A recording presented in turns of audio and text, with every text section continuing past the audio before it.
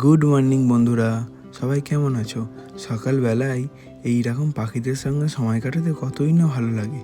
আর এই যে আমার এই ড্রেসটা দেখছো, তার কারণ হলো আমাদের যত চাষের ধান ছিল সেই ধানগুলো বিক্রি করার সময় এসে গেছে, তাই বিক্রি করা হচ্ছে। আমাদের এই যে মড়াই, এই মড়াইয়ের ভেতর থেকে এইরকমভাবে ধান নিয়ে বিক্রি করা হয়।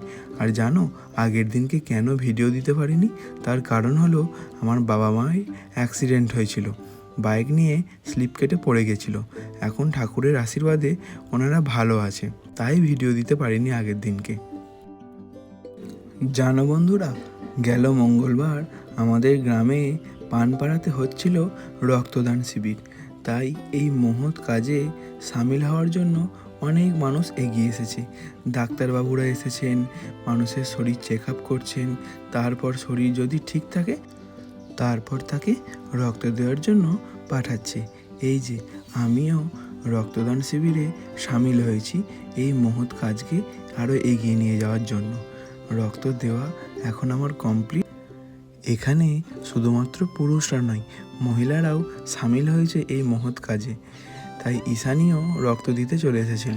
প্রথম ও কিন্তু ভয় পাচ্ছিল, তারপর সাহস করে রক্তটা দিয়েই দিল। রক্ত দেওয়ার শেষে ওর একটু মাথা ঘুরছিল বলে ডাক্তারবাবু ওর শরীর চেক আপ করে ওকে এইভাবে শুইয়ে দেয়।